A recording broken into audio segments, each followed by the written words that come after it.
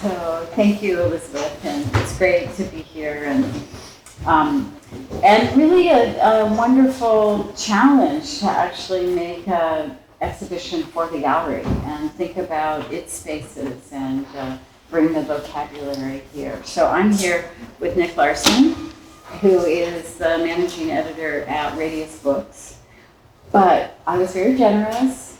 He was at the studio, and we have let him go to Radius Books. So the project we worked on, it was kind of this amazing transition of working internally in the studio, and then the book being completed when Nick got to Santa Fe, which is where Radius Books is located. And this is Kara Booth, who is also, both Nick and Kara are artists who work with me. And Kara does work that is writing plays that occur as live online performance inside games. How to do that? Yeah, great. But Kara's bringing me into the next century, basically. And what we wanted to do today was it's improvisatory in every way, is talk a little bit about how does this book come to be, and from this book coming to be and its processes, how does the exhibition, which is in Elizabeth's gallery, come to form. And the hardest thing is sometimes coming to form. But once one has a process that one can think in, and one can find work within, things seem to flow from that. So what we're going to do is talk about, I want to show you pictures of the studio, because I always think it's like, where do people work? What's it look like? And actually, today, Chris Helm, I just want to call you out. Raise your hand, Chris. Chris Helm is here, and Chris and Chuck Helm. Chuck was the performance curator at the Wexner. And Chris was my very first assistant when we worked in the front bedroom of the house for how many years? So and it's nice for us all to be together and see you and be here with you. So this is a studio in Ohio, and I moved to Ohio in the early 90s from a teaching position in California. And the Oprah building is where kind of the main 8,000 square foot studio, and then the green building is where my husband Michael Mersil, also an artist, works. And I can't tell you how many wedding bands stop to have your photographs taken in front of his sign. Art is good for you. And I think that work really comes from the people also that you work with, and how the studio atmosphere is. And so I'm really lucky. We're small. We call us small but mighty. There's really 3 of us. And but sometimes we grow, and we have lunch outside in the parking lot every day. It's a very informal picnic area, but we have a kitchen. We always, go ahead, pause. This is Nick's when he was still in Columbus. And this is Stella, our dog, who we unfortunately lost this spring at almost age 17. But she sat on all the work. She was almost like our kind of critic. And then our mascot, and just some views of the studio. Here's Kara when we're working in the cartoon library at the university, which was part of the work that kind of circled around the making of this book. And Nalani, who's not here with us. Because the other thing that happens in the studio is that we often host people to give lectures, or often at the Wexner Center, and then, which is at the university, and then afterwards we have big dinners and open the studio up to the students and faculty and other interested people. And it's been a really important part of the studio, making a conversation for work and for people to be together in some way. So what is making? We started making this book that is the genesis of the exhibition 3 years ago? 3 years ago. 3 years ago. Yeah, it's been a journey. Yeah. It's like sometimes it takes 10 years to walk across the room. What it was instead of, maybe you could say, Nick, instead of documenting. Yeah, we talked early on, and I kind of came in when some of this had already been happening, some of these processes have already been going on in the studio. But when we started talking about the book specifically, we were thinking about how does a book contain images, but is maybe not following the kind of tropes of a photo book. How can it become a more tactile thing? How can it become a layer of the artwork rather than sort of a representation of it or a documentation of it? Mm-hmm. And so how could those processes that were being utilized to create other work also inform and become part of the bookmaking process was sort of a question at the outset, at least from when I came on, when we started thinking about the book project. Yeah, and I think as many of you know, because I know some of you in the room, but the work is always between like text and textile. So the way in which text is part of a textile and the different kinds of tactilizing of those, which is really the basis of the work. And we started out with this question, what is a book? And I found this little fragment fell out of a book. It said I wanted to talk about books and theories of. And so I would say that's where we started. Yeah, and it's really kind of has been a process of discovery in a lot of ways, and a process of going back through the many archives that you have created, and in your years of working with the institutional archives and with your own archive of kind of, you always call your process geologic, and the way that it has like these accreted layers of meaning and material, and how those have kind of come together in this book, and how we could work with all of those separate strands and kind of weave them together to create this document. Yeah. So as you can already tell by tonight, it's like the studio is like a conversational place, and it's really the work really comes from being within it and sharing the conversation. So there's a thinking through that happens why I wanted Nick and Kara here with me is because we really made this together in many ways. And it started out really thinking about, well, what is the experience of reading? That all of us spend tremendous amount of time reading in one form or another, whether it's on a book, whether it's on a screen, magazine, newspaper. And thinking about, we were talking earlier today about how it's this experience that we hold proximity and distance together in a very particular way. So the far away, which is the absorption into the kind of world of the book, is a one kind of wrapping of your attention, and at the same time, the tea kettle's going off and the phone is ringing or someone's sending you a text, and how the immediacy of your physical surround. And so this kind of proximity of distance that are held together in your attention has something to do with the experience of actually reading, which is not necessarily what you're reading, but it's like what is it that happens when you read. And I started thinking about that relative to the book, and how in many ways I think about the book as a democratic object, and that because it has that kind of engulfment, it's not so different than working on large-scale installations to meet the architecture. And so we really started with a question. And can you read that text? Maybe can you see that? No. We're technologically improvising here because my computer didn't hook up to the projector. So if you want to come closer, you're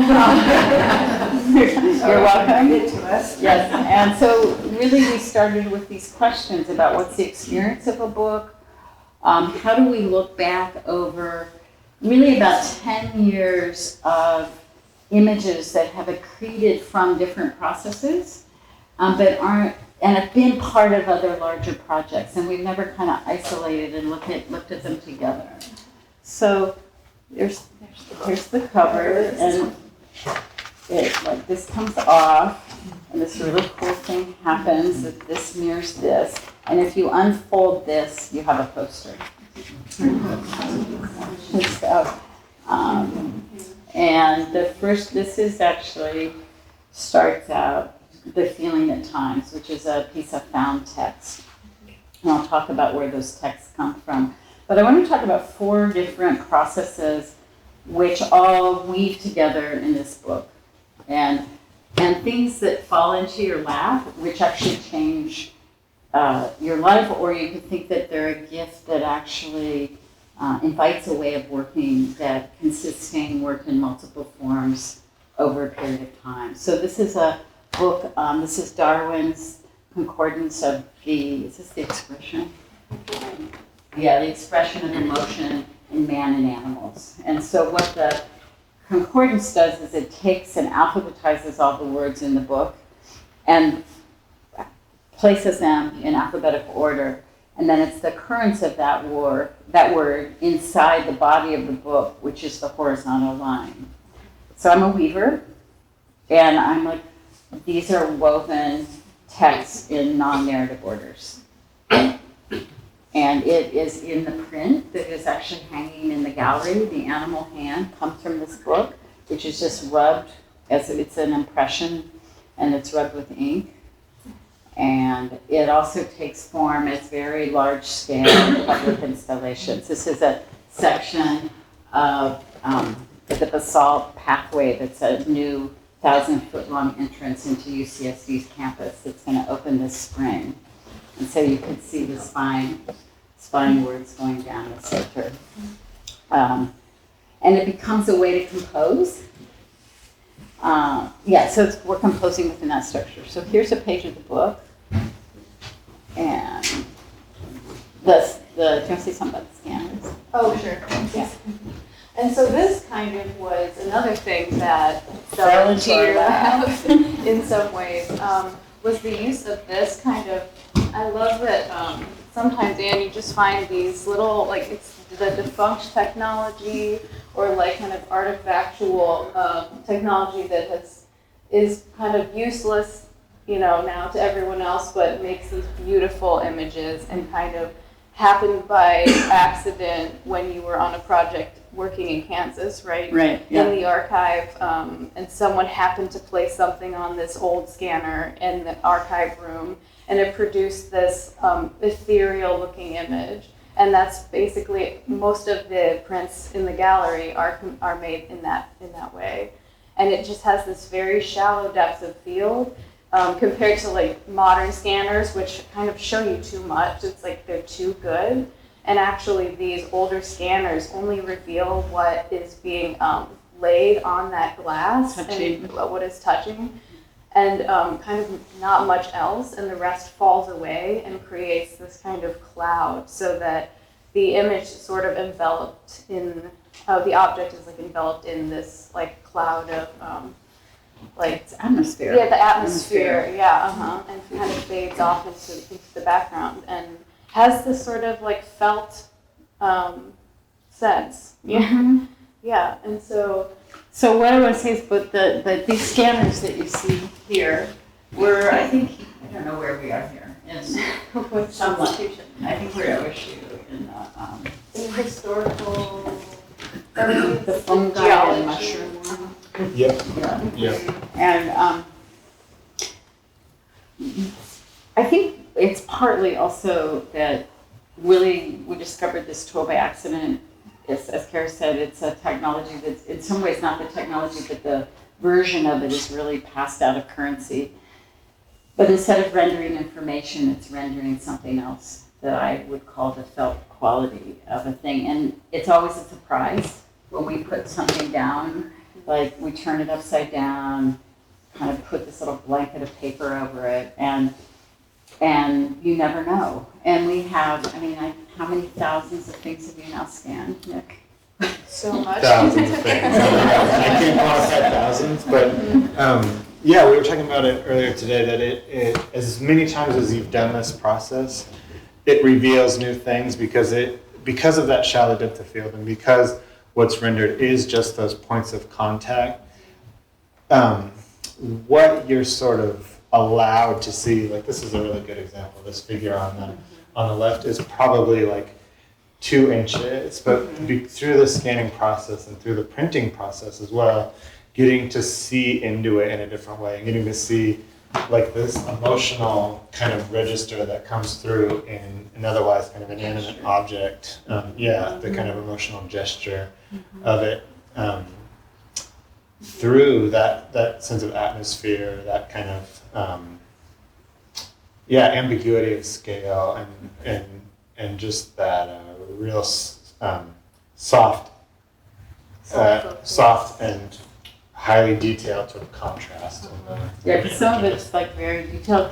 And I think the other thing is that, so as a person who's worked on large scale installations a lot, where it's very dependent on big architectures. I love working in very large spaces. To have a tool like this, it's like a form of drawing for me. But it's very portable. Like we have a bunch of scanners and computers in our bag, and it sort of has allowed me a way of working. I would say us because everybody's involved, but like that's very, it's almost like it gives me access to things I wouldn't have access to otherwise. And so that means that I've worked in a lot of really different situations, from university collections where we scanned at OSU, and that was kind of my first time thinking, well, all these collections are really in storage and they're not visible. So if we work in them and then print them in such a way that they're shareable, which is we gave all the prints away and we could mail them from this exhibition. It's like, how do we make what's there visible? And so this was one form of that. I'll keep going. The other thing that was totally an accidental gift, not just finding the scanner, but is this material, which is we call Texan. It's made by Bayer Material Sciences, and I was doing a collaboration where they connected artists with industries in Pittsburgh. And the chemists and I are looking at each other going, what are we gonna make? And I had some material challenges, problems, and they're like, we have our own material problems, but you might be very interested because you're interested in tactility in this material. And it's a flexible kind of rubber plastic that holds very large volumes of water under pressure, and it's very, very tough. And we made a basketball and filled it with air, 10 years ago, and it's still full of that air. But what I found out the minute I put my hand behind it was that it does the same thing the scanner does. It renders in focus only what touches it, and everything else goes soft. And what was interesting to me is how this made a condition for photography. So instead of standing and seeing the camera, it's very simple. You're actually behind a screen that you can't see through. And so, in fact, you're listening, because I'm acting like a traditional photographer, kind of conducting like a portrait session. But what I'm doing is just saying, could you put you've heard me say it so many times. Do you want to say it? Can you put your chin slightly on here? Okay, that's great. Okay, can you turn just a little bit this way? A little bit this way. Keep moving. Yeah, keep moving slowly. Maybe lean your shoulder in. I mean, often I think it's to get people comfortable. It's getting people comfortable, and it's also like finding something in their physicality or in their gesture that can really come through this material. And so there's an image in here. There's a woman with this great kind of electric blue hair, and just the shock of that within the otherwise kind of soft atmosphere of the Texan. And so, we have thousands of these images because we tens of thousands. we've made some phone books that are giveaways, and there are a couple at the gallery. But it was like, what was also interesting to me is I felt like I was photographing someone listening rather than presenting themselves for the camera. And so there was this way of being hidden, and I think don't we have a picture of where we are? Maybe that's later. I think that's later, but this Okay. kind of shows. Yeah, like even though you're exposed, you're also hidden. And I think the quality of that made a condition for this kind of photography process that was very unique to the material and the condition. And then there was one other thing that let's see, what was there, okay. The fourth thing was finding this commonplace book in the archive when I was working in Seattle. And then that sent me down a rabbit hole of looking at books really way back historically and in the contemporary sense, which would be Tumblr really, where people record and save fragments from their reading that they want to remember, and they're usually individually collected, and so over time, become a kind of mirror of one's attention. But in the work that I've done that's associated this process with projects we've collected on Tumblr, I continue to be really interested in how do you share that thing that touches you, like that you find in your reading? Like I think you can't do a Google search to find the thing that reaches from the page and actually is like that thing that goes ping ping, whether that's an intellectual recognition or an emotional one. And so it became a form for sharing those kinds of recognitions. And then what we've done in the work is print them out so that you can actually take them and make your own book. So I like to think about it as readers sharing readings with other readers. And this is actually the example here when Habitus was installed, and it was a collection, and I thought it was really beautiful, the stones, so that the papers didn't actually blow away. But I think that, like in exhibitions, sometimes, when in some exhibitions where it's very text heavy, I think we can become impatient with it on the wall. But what I found in a couple of instances with this is that people really took time. And so I'm trying to figure out if I don't know, but I think it has something to do with the materiality and this kind of selection and this kind of slowing down. But these kind of 4 processes that have come from these tools, these accidents that have happened, are then like we're like, what are we going to do with this? How do we even begin to think about making a book and structuring it? So this is like some video where we would, maybe you could talk about the processes for an idea a little bit. Yeah. So basically, all of these 4 processes kind of all converged in the studio, and in kind of they all kind of coalesced together and ended up on various tables, and we printed things out and kind of remixed things and rescanned things, and then hanging them up and making associations between things formally and by color and by content, and kind of just responding to things as they kind of bump up against each other and react to one thing reacts to another thing, and then suddenly there's a whole sequence like laid out before us. And I think we went through oh my gosh, so many iterations. We could have made 100 of the of the 100 book. books. Yeah, Sure. 100 books. And I think that one of the key things, well, there are a couple of key things, is thinking about the way color ended up being really important to structuring the work.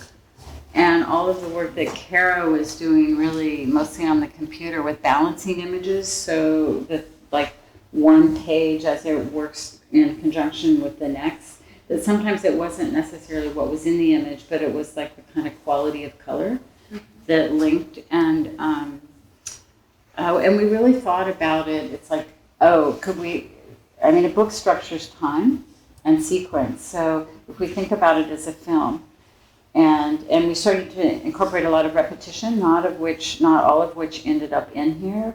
But I think the piece that comes out of this book is some sort of moving video or film piece. In the spirit of movement and the experience of moving through a book, I think we really wanted to have that be a felt gesture reflected in the actual content of the book. And so we had a rule, and the rule is that every image that we had, which was a digital image, had to go through 3 material processes before we would use it. So that meant like the text from the commonplaces, they got cut up and taped and folded and like Xeroxed and then scanned and then put on a wrinkled Gompi paper. And because it was this thing about how do we make these things material and tactile.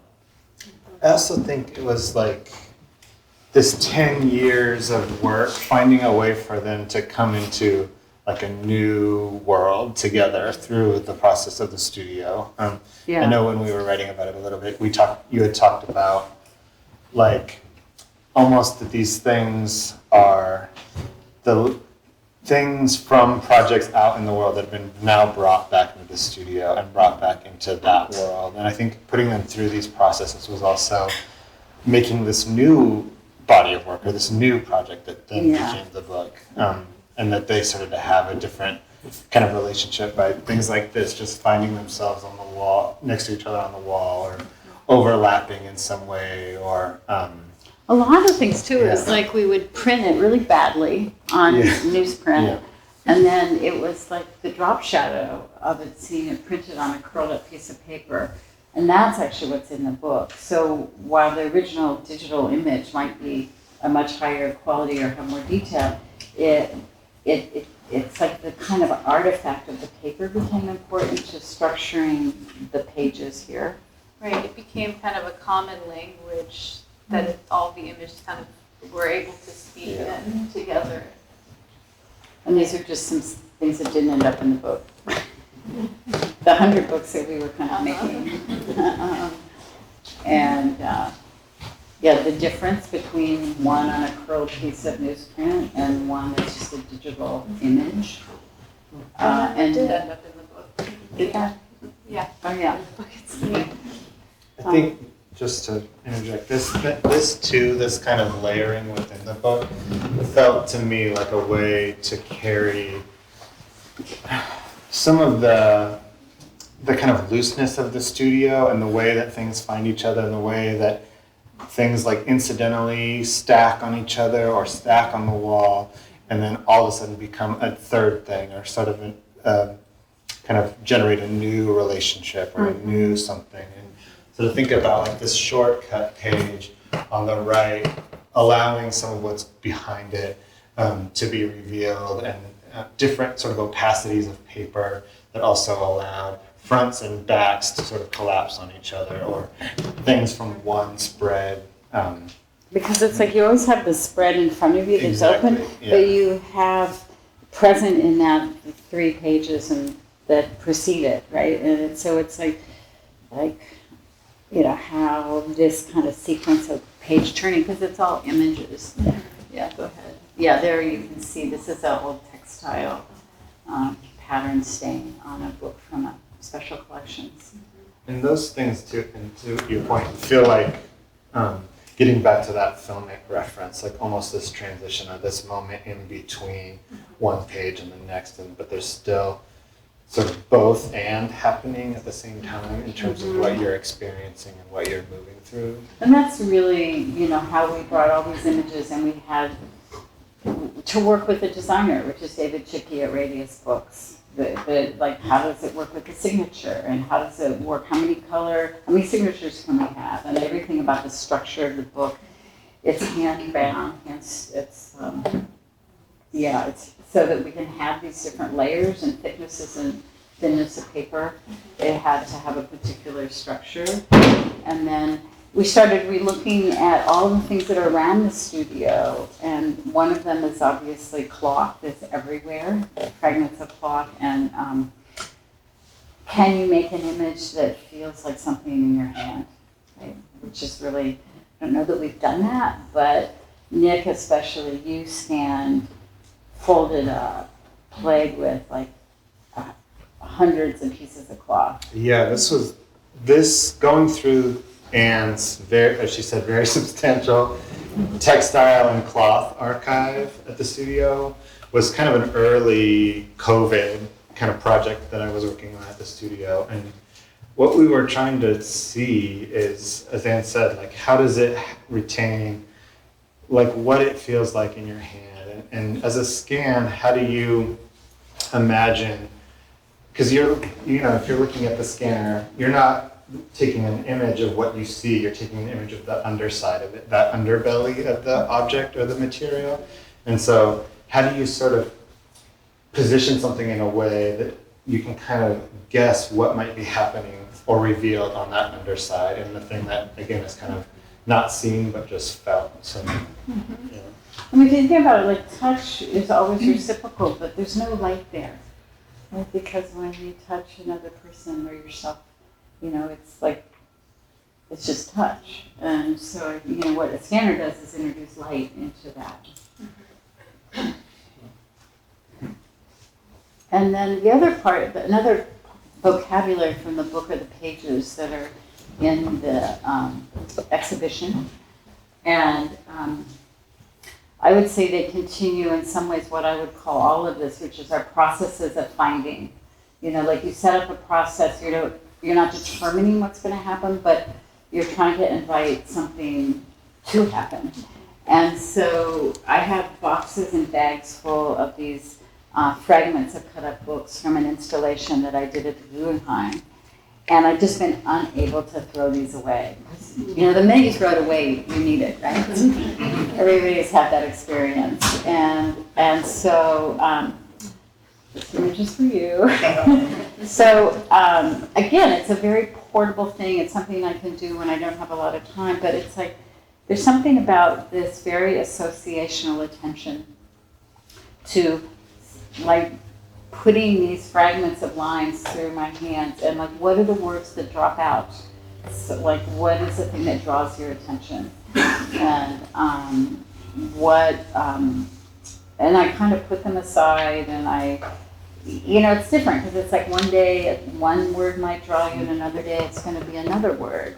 And so over time I'm doing this and then bringing them into relationship with some of the cloth fragments that the studio is replete with, many of, and old book pages. So everything in these collages is a found thing, and a fragment is something larger. And it's how they sit in relation to each other. This, let's go back to that pink cloth. I love this pink. It's like a boucle, and it says the window, and the other, the green says before rain.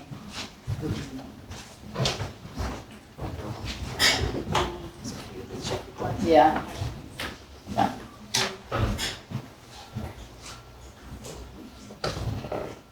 And it's been just really nice to have something very small to work on while doing some of the bigger projects. This is what my studio table looks like at the moment. And I also feel like, I've always been really kind of shy with color. And so now I'm like, okay, a little bit like, go for it. We need reasons to smile right now.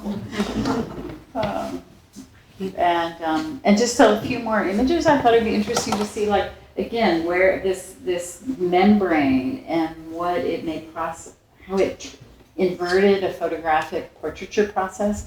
Started out in this really janky way in the studio, and then producing you see what the experience makes possible.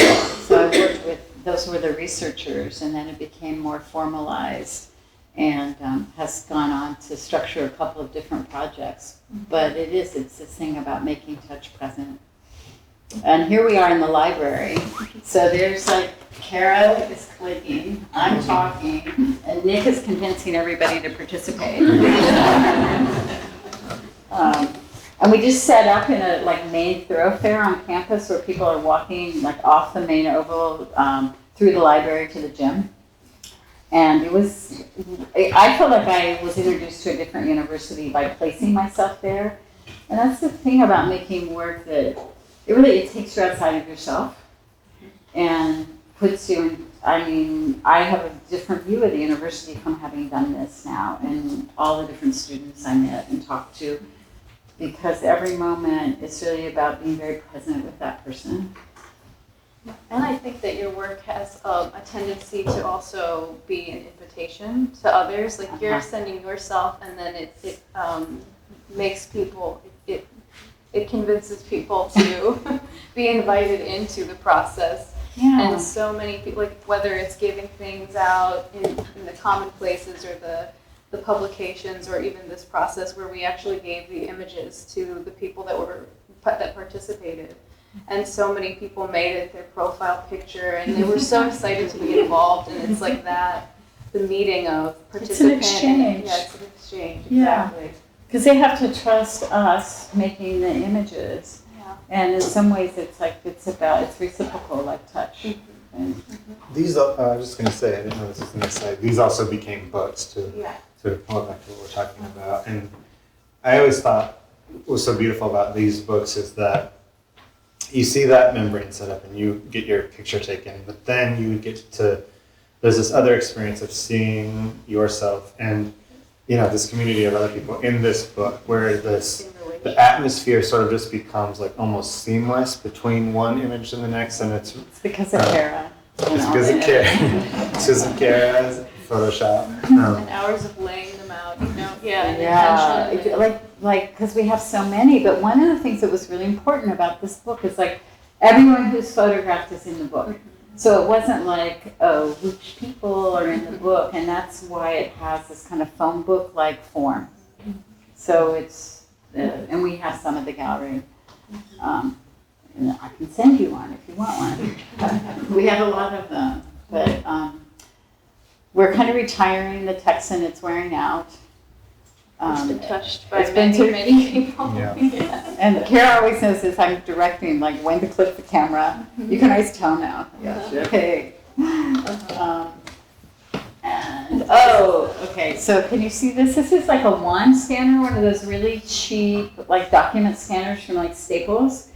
And it just does the exact same thing. So you can see there's like a thin layer of plastic.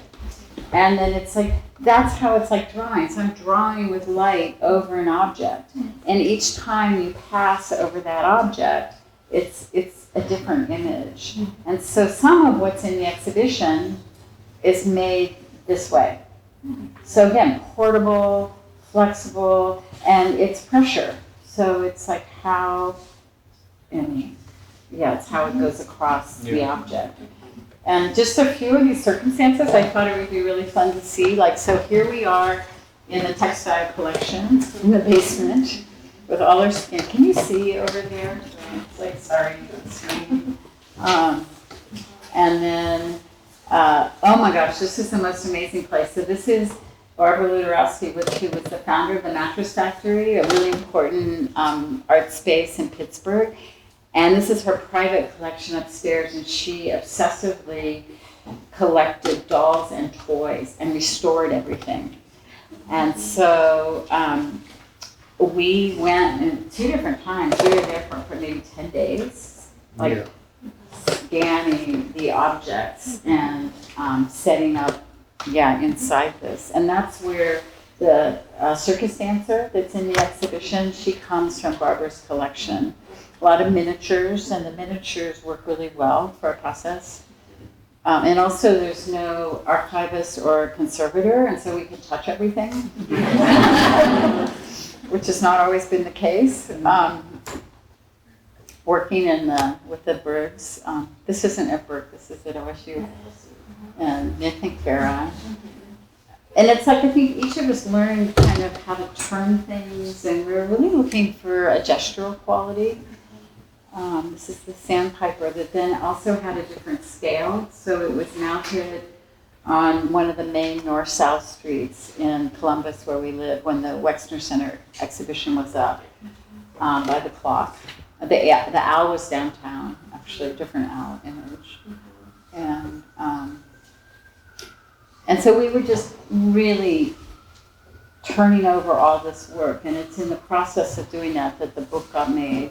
And then, you know, a lot of the works that we've done, there's several of the books, we hope, in this. We'll see, this is in the shells.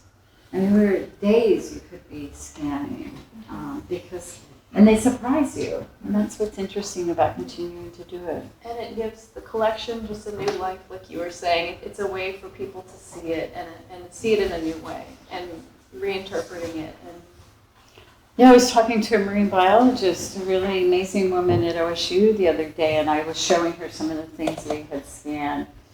And she was like, oh, that's so beautiful. So like being drawn in by, it's really, I think, not just what the object is, but its atmosphere.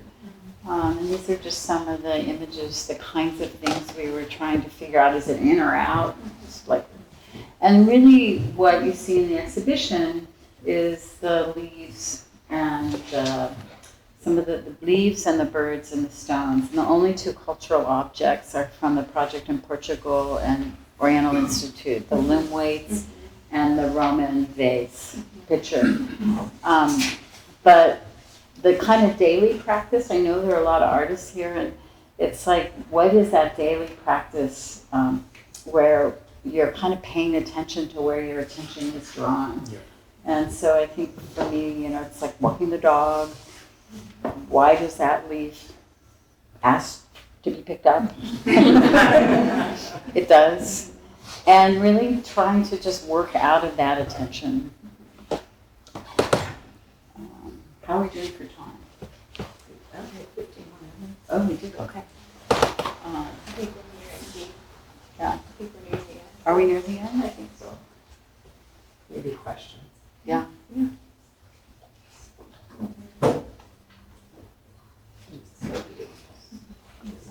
You know, and I think,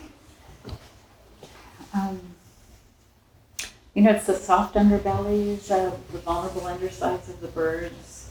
It's the leaves that are drying and dead. I mean, there's definitely a sense of loss, of things passing in all of these.